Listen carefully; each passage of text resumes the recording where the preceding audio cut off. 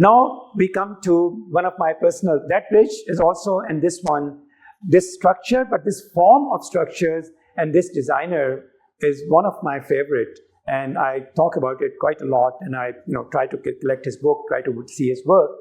And because of once again, the form that they chose, him and also Robert Maynard, most of them, they choose perfect form to follow the forces, to thrust forces, without causing any bending, without causing any tension anywhere. That was their intent.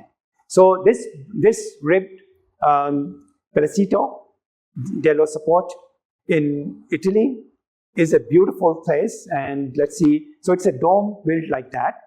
So it was common, as you know, in Europe and in many places to build domes from masonry, massive domes, walls as thick as 3 meters, 2 meters, because of the mass. They will just make it huge. So domes were not uncommon. But he came up with the perfect form of the dome that would require very thin thickness. But not only that, he made it ribbed.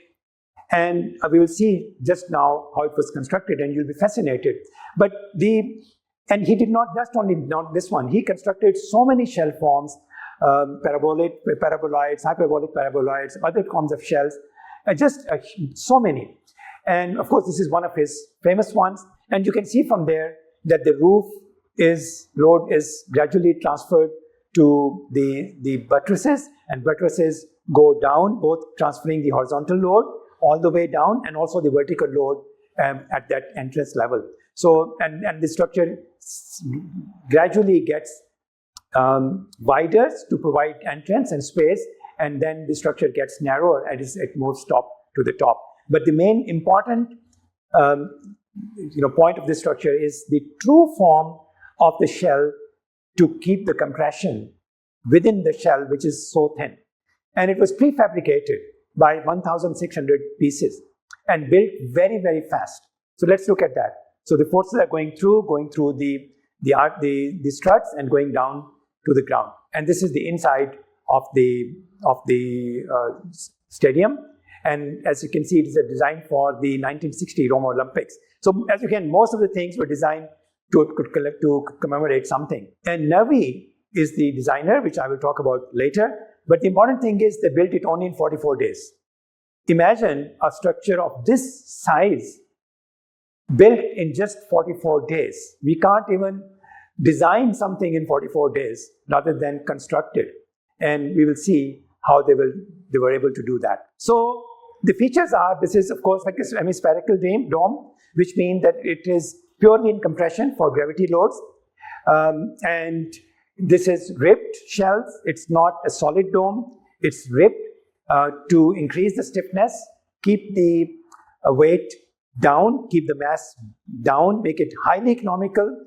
And it used thousands of precast pieces like a jigsaw puzzle and assembled at site. And you can look at the shell thickness. It's just 5 centimeters, 50 millimeters at the crown. A structure so large with thickness so small is only possible when you create a perfect form where you know that there's going to be no bending. As I mentioned earlier, as long as you can avoid bending moment and shear, you can create very elegant and very economical system. So here also, once again, the compression is the key. And because of that, such small thickness is possible. So let's look at it one more time. From the structure, as you can see, there are ribs going up, and between those ribs, there are panels that are filled up, but everything is precast. And we will see how it was built. So first of all, let's look at the dimension so you get some idea. The diameter is 60 meters, which is quite large. It's almost 200 feet in diameter. And the construction time, like I mentioned, was just 44 days.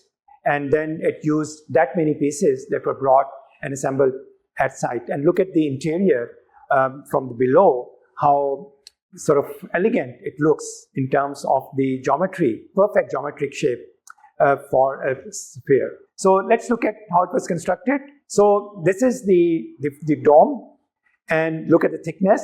And as I mentioned to you, it varies from 20 centimeter to just 5 centimeter in the center. And if you compare it to a traditional dome during that time, look at the thickness and look at the shape, the form. It was just, the height is reduced, the thickness is reduced, and it's very elegant. And like I mentioned, force flows through like that and through vertically.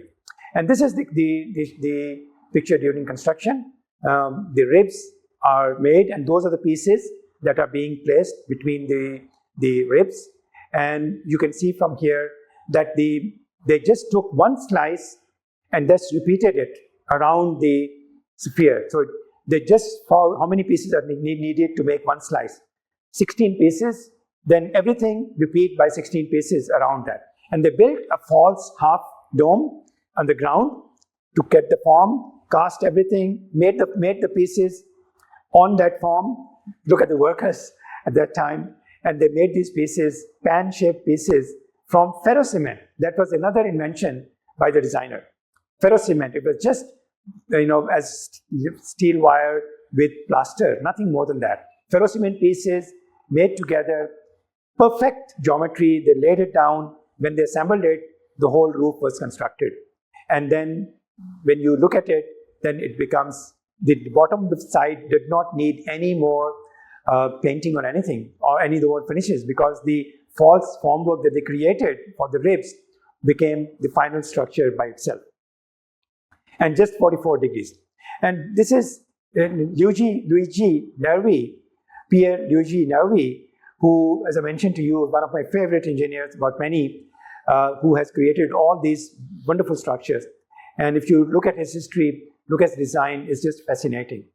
And he, once again, did very little math. He will do very simple calculations and just believe on the form, and then just find the force flow, keep the force flow in compression. He almost never designed anything that was in bending. He almost always designed things which were in pure compression, following the force flow, created so many interesting forms. And as you can see here, that was done a long time ago, and still is considered one of the beautiful structures. And in AIT, actually, we also built something using ferrocement a few years ago when we were building our smart lab on a roof that we could not build. The roof was already there, so we started to design and build a very lightweight structure. So we thought about ferrocement. This is the inside of that structure. This one, and we have our BIM lab and the 3D printing labs over there, and also the teaching labs. But the structure was designed and built using ferrocement. This is the outside, so that's the shell form. We use the ribs, similar to what he used. And of course, we did the finite element analysis just to make sure that everything is okay. And then that is the skeleton, and then use the mortar, hand finishing, applied the mortar to the ribs. So absolutely, just only 33 centimeter, 4 centimeter was the thickness of this roof, because we didn't want any load to be applied to the existing roof. So that's just giving you an example of how ferrocement can be applied to shell forms even now.